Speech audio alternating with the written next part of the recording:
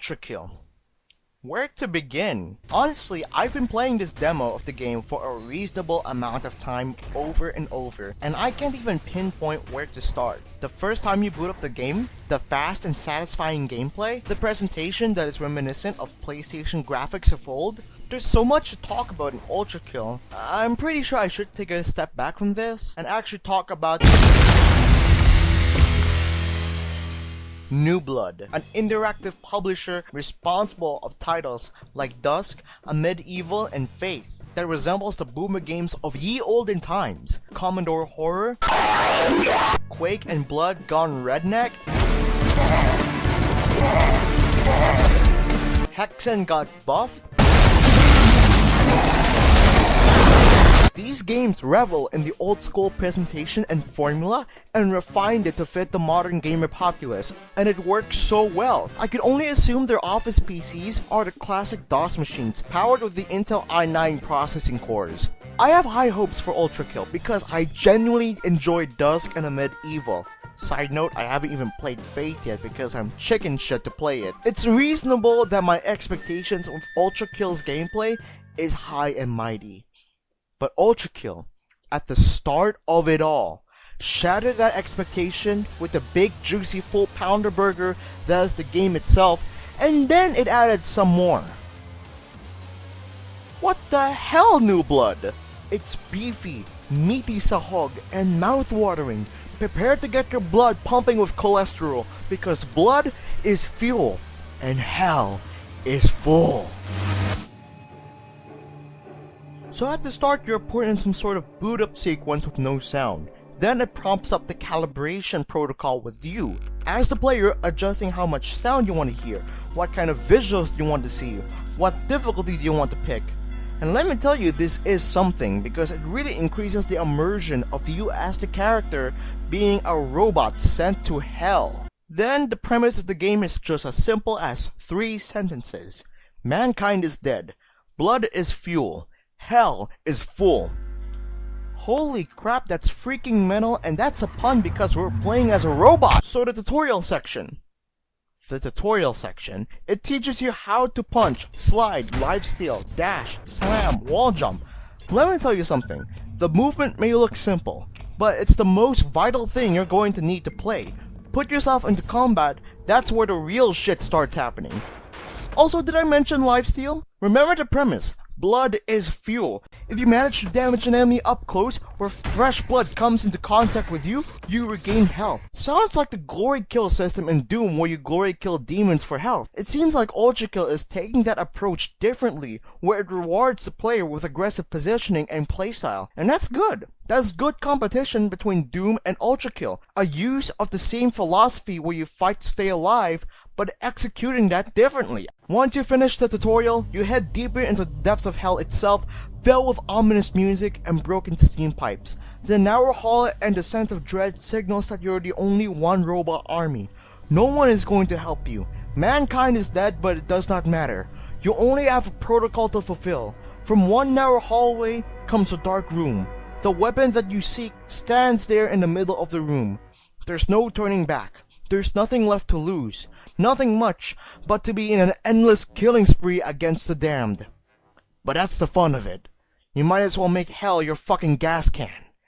Initiate Then, the real fun begins. It starts off with no bullshit at all. Enemies spawn, you kill them. Though relentless, these demon fodder aren't wise. Use that to your advantage. Jump, dodge, slide, dash, slam them into the ground and shoot them midair. The pace of the game doesn't let up from point A to point B, and that should say something. You're a freak of nature, Lamborghini riding across what seems to be a valley of open caskets, waiting to be run over to a satisfying messy close. And holy fuck, that's a valley of open caskets. You start off with a basic revolver with a charged shot in your secondary. There's no reloading in this game, so fire at frickin' will and bathe in the blood of your enemies. However, your charged shot has a cooldown before it can be used, so take note of that and aim your shots well. Headshots are lethal.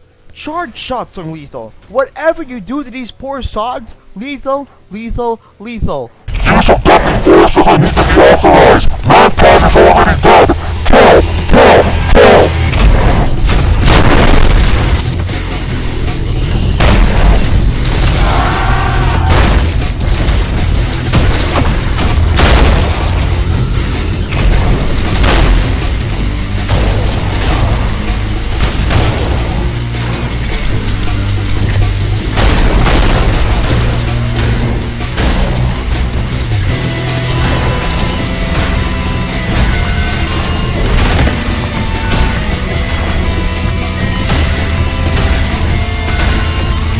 tell I've been having fun with this game. Oh, this?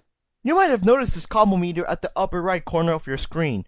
Kinda makes you feel like there's some sort of formula to the development of this game. Doom aesthetic, plus Quake Arena combat, plus DMC scoring mechanic, plus PS1 graphics equals profit?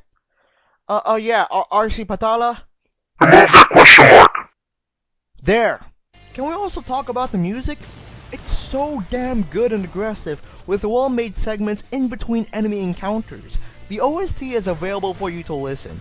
Be warned though, it can possibly turn you into a murdering machine. If anything, I love that the cooldown segments of the song still has the same rhythm as when you're encountering an enemy.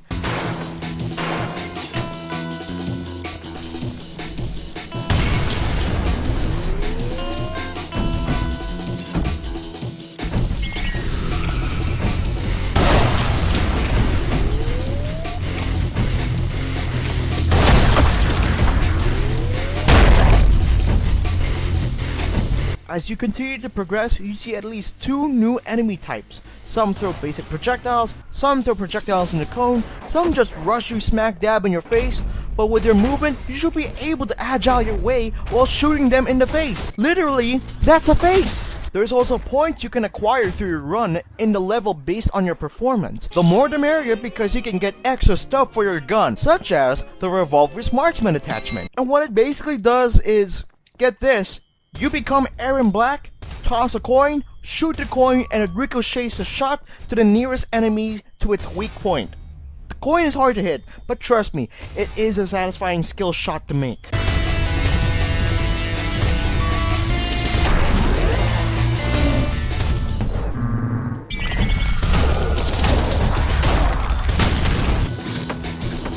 Next boss you encounter is a sword machine, and it wields a shotgun at the one hand and the sword in another. You want that shotgun? Here's a pro tip. Shoot at it until it dies. Well, that's technically not dying, it just drops you the shotgun. Go ahead and pick it up. Its secondary fire is a grenade launcher. Longer you charge, the farther it goes. It explodes on impact, so be warned. Can we also talk about the shotgun for a bit? Because let's imagine the shotgun is a lawnmower and the fodder of demons as a patch of grass. It literally mows them down, so keep the shotgun close when you're closer to them. Best case scenario is when the demons are closest to each other. I would make a joke about social distancing, but I decided not to because I might get flamed for it. Oh shoot, it's this guy again. Shoot him until it dies, I guess. Before we kill it though, let's give it a good parting gift. Coins for this guy to tip the man upstairs in the afterlife. Don't forget the bullet! Just when you think you had enough of the shotgun, you're dead wrong. Get enough credits so you can get a charge pump attachment? Oh shit, that's freaking massive. What happens if I pump it up too much? Don't settle for overkill. The sound of the guns feel meaty and powerful. Pair that with the shredding sight of mutilated demon junk and the recoil of your weapon, and you got yourself a very responsive gun. Not your melee attack though. It's not flashy, but it is serviceable. It's a parrying tool though, so that's dope as hell. The level design varies in verticality, and that's great. It gives you an actual incentive to jump and shoot. Wall jumping in arena FPS is something I like to look forward into, since it's all just wall running in some games. The movement options are fluid and great. Slide, jump, dash, it's all the secret ingredient formula to make FPS more skill-based in terms of movement. Level design is Cyber Factory hell. I guess it's just a color scheme that seems kinda samey for my taste. It does not last long, however, because this level, the first level of episode 1, surprised me with contrasts like this. Because what the heck, I thought this is hell! And then it dawned on me. A freaking nail gun with a tracking bolt as a secondary fire. I mean, it can't be that strong, right?